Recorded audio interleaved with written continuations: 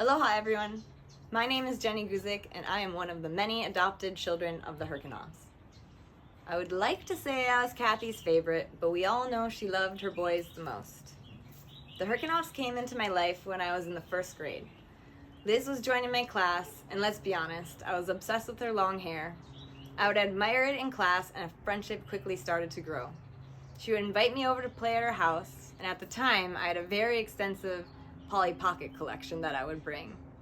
The sisters were definitely making fun of us, but they would join in on the Polly Pocket fun, and from that moment on, I knew this family was something special and I wanted to be around them.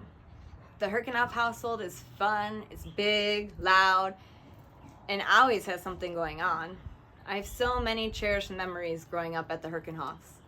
From the downstairs basement that looked like your local Blockbuster, and Art having us fast forward the naughty scenes, to Shamrock having puppies. What more could a little girl ask for? The backyard of everyone's dreams.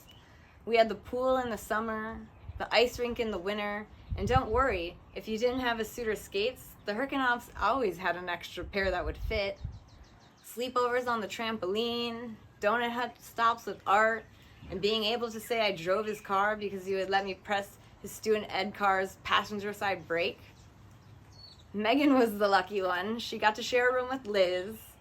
So, and boy, did we drive her crazy. I remember one night sleepwalking and trying to climb into Megan's bed and waking up abruptly to her going, "Oh geez, what are you doing?" I quickly returned to my spot on the floor. We would always ask the older sisters, "Where are you guys going?" and get the response, "Crazy." The ice cream cakes for birthdays. Annie accidentally locking Ben in the car with the keys in it. Don't worry, it was winter and the heat was on. Snooping around the loaded garage, only to find Art and Kathy's Kama Sutra book. No wonder they had so many kids. Lorraine's backyard wedding. Watching Joe and his friends skinny dip in the pool late night after the bar. Kathy finding Philip's bag of oregano and running up the stairs, hitting him on the head with it, yelling at Megan, "Take Jenny home!"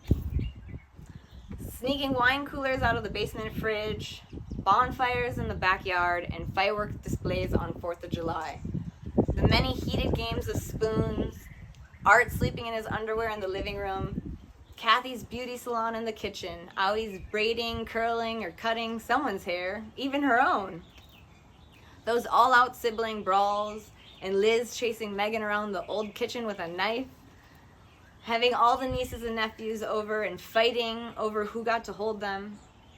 Wedding season coming around and finally getting the chance to babysit the grandkids by myself. One time, I believe there was only 8 of them at the time. Ben fell out the second-story window, and I ran over to Mike and Paul's with him because I didn't know what else to do. Helping Kathy at Christmas wrap pajamas for the grandkids, and not just put up a nativity set, but put up the whole city of Bethlehem. One time when I was young, I remember coming over for a sleepover and being sicker than a dog. Most people these days would have sent me home. But that's not the kind of household Kathy raised. Instead, she pulled out the couch, set up the humidifier, and nursed me back to health. Everyone in their families are always welcomed. The kitchen is the heartbeat of the family, and Kathy always made sure to have all my favorites in stock. I've spent many days and nights there having conversations and opening up my heart to anyone that would listen. It is safe to say that the Herkenhoff household was my refuge when my parents got divorced. My brother passed away 11 years ago, and both Megan and Kathy helped me through some of the darkest days.